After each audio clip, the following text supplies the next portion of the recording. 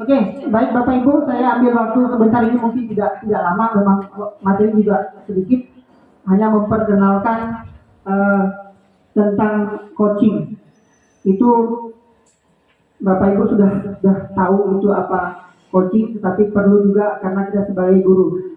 Yang pertama Bapak Ibu, kenapa hal ini perlu diperkenalkan?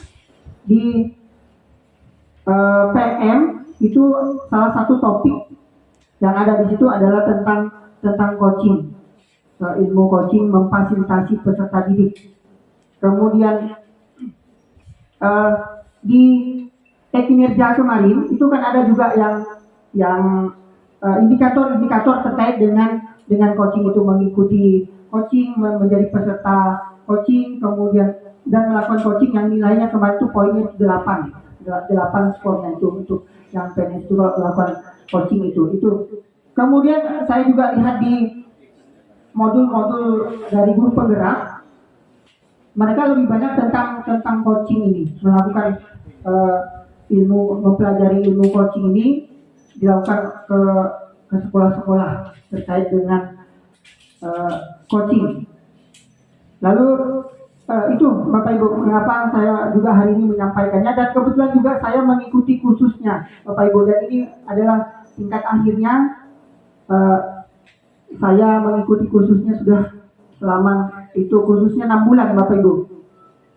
Mengikuti kursus saya kemarin itu penasaran karena di PM juga ada, kemudian di guru penggerak juga ada, dan memang hal itu sangat diperlukan oleh kita sebagai Bapak Ibu guru di era atau di abad 21 ini. Jadi penting kita mengubah mindset kita, bagaimana cara menangani peserta didik atau orang-orang terdekat kita yang perlu bantuan. Begitu Bapak Ibu. Oke, ini ada 3 hal yang sangat erat kaitannya dengan coaching tadi Bapak Ibu. Ada tujuan, kemudian langkah, kemudian ada sumber daya. Kalau kita Bapak Ibu semua orang pasti kalau ditanya apa tujuannya pasti punya tujuan. Ketika kita melakukan rapat ini juga tadi ada tujuannya. Kemudian ketika tadi kita mempersiapkan anak untuk mengikuti lomba juga punya tujuan. Apa tujuan yang harus atau yang ingin kita capai? Nah, maka perlu kita membuat suatu tujuan dalam setiap melakukan kegiatan. Nah, tapi tidak semua orang bisa menentukan apa tujuan yang ingin dia capai. Yang lebih spesifik dari tujuan yang ingin dia capai itu kadang-kadang susah untuk menentukannya. Apalagi peserta didik Bapak Ibu. Kalau kita tanya apa tujuan kamu datang ke sekolah hari ini, masih banyak yang bingung dan tidak bisa menjawab apa tujuannya. Apalagi kalau kita tanya apa tujuan kamu mempelajari materi tentang penjumlahan dan pengurangan ini. Itu juga kadang-kadang anak juga bingung. Maka perlu kita sebagai guru menggali tujuan apa yang ingin dicapai. Maka dalam setiap proses pembelajaran itu di modul ajar atau di SPP itu juga ada tujuan pembelajaran. Pertama, melakukan itu tujuan pembelajaran. Apa tujuan yang ingin kita capai dalam pembelajaran yang kita lakukan itu. Begitu Bapak Ibu. Kemudian jika kita sudah punya tujuan Bapak Ibu, maka kita pasti akan memikirkan langkah apa yang perlu kita lakukan atau yang kita siapkan untuk mencapai tujuan yang sudah kita tentukan itu tadi Bapak Ibu.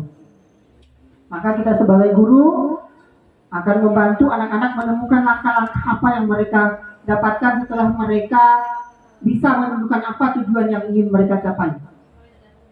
Nah, setelah langkah-langkah yang bisa kita tentukan, kita susun, maka perlu adanya sumber daya. Sumber daya apa yang ada pada diri kita yang bisa menunjang kita melakukan langkah-langkah itu. Baik itu sumber daya yang ada pada diri kita sendiri ataupun sumber daya dari luar yang bisa menunjang atau membantu kita membuat langkah itu menjadi lebih baik dan menjadi lebih spesifik sehingga bisa mencapai tujuan. Nah, inilah ketiga elemen itu sangat terkait hubungannya untuk mencapai tujuan dalam ilmu coaching tadi Bapak Ibu.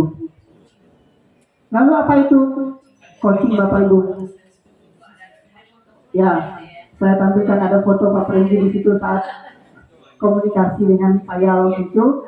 Ini ada proses memfasilitasi klien atau seseorang untuk menuju tujuannya dengan mengidentifikasi langkah-langkah yang diperlukan untuk mencapainya dengan sumber daya yang dimilikinya untuk mencapai tujuan. Jadi kita memfasilitasi siapapun itu, baik peserta didik maupun anak-anak kita, Bapak Ibu, yang kesulitan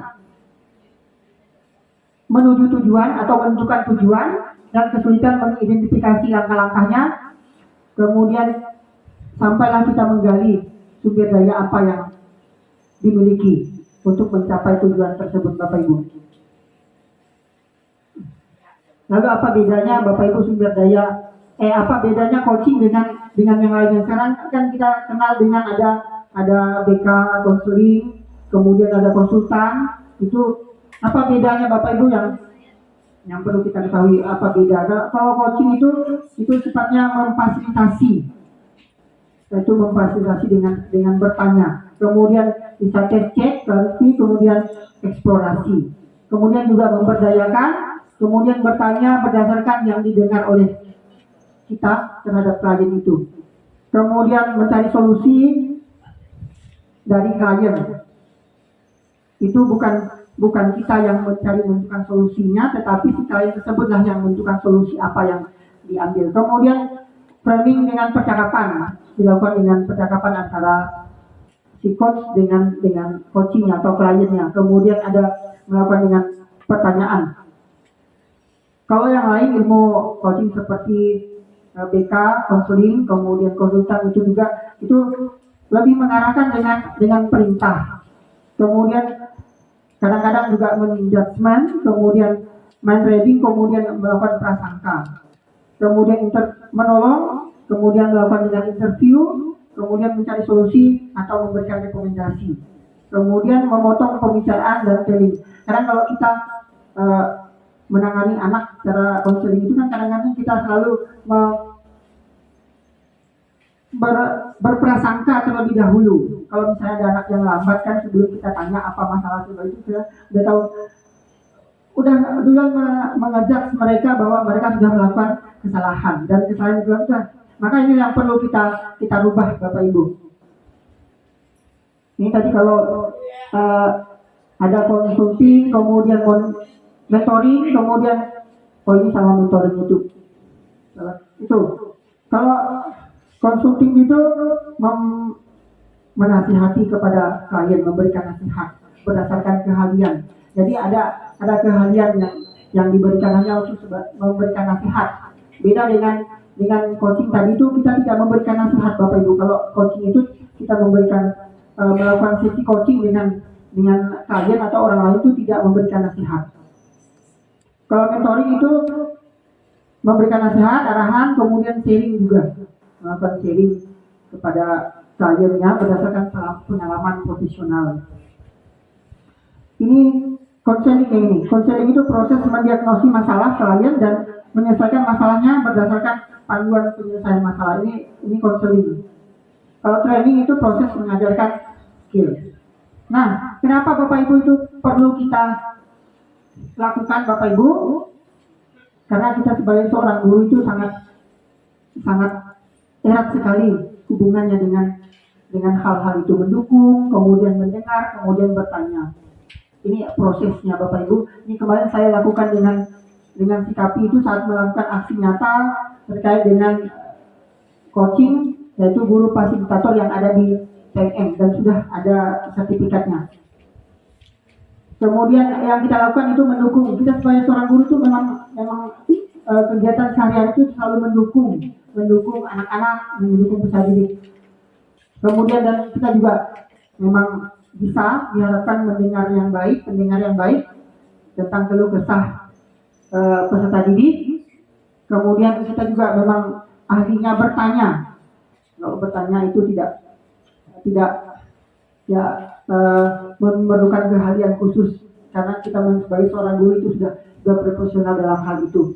Nah, kenapa harus itu kita perlu melakukan dukungan, Bapak Ibu, supaya si klien tadi merasa nyaman, aman, kemudian perhatian, mendapatkan merasa dirinya diperhatikan.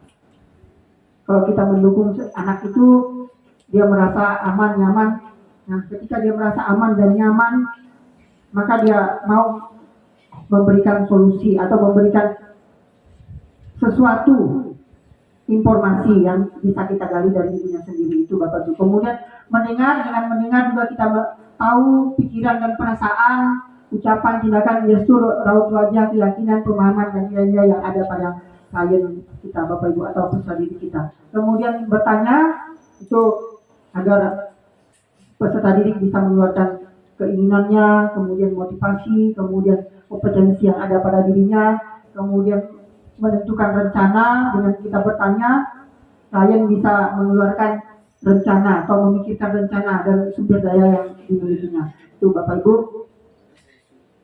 Ini tadi mengapa kita sebagai seorang guru itu perlu ilmu coaching ini Bapak Ibu, itu karena guru sangat akrab dengan memfasilitasi, kemudian kompeten juga tentang pengembangan SDM. Betul itu Bapak Ibu, kita memang sudah diketahui bahwa guru itu melakukan memberikan pengembangan kompetensi kepada anak-anak kita. Kemudian diakui oleh masyarakat sebagai tokoh yang penggerak. Di mana-mana kalau kita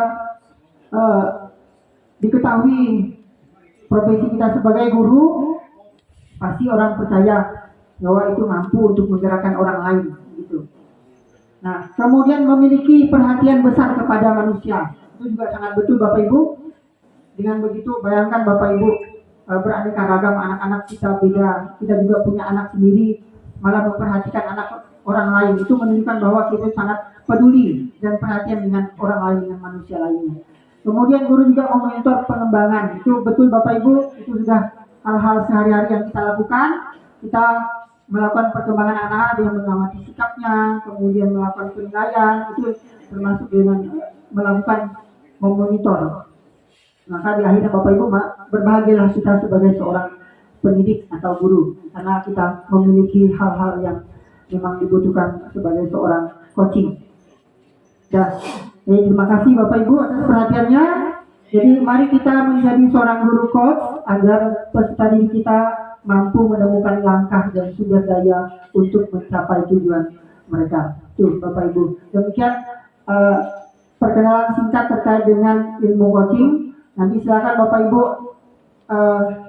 yang ingin meningkatkan kompetensi terkait dengan coaching itu, silakan mempelajari atau pelajaran mandiri ada di PMM. Untuk melakukan sampai dengan aksi nyatanya. Oke, Bapak Ibu, terima kasih atas perhatiannya. Selamat siang.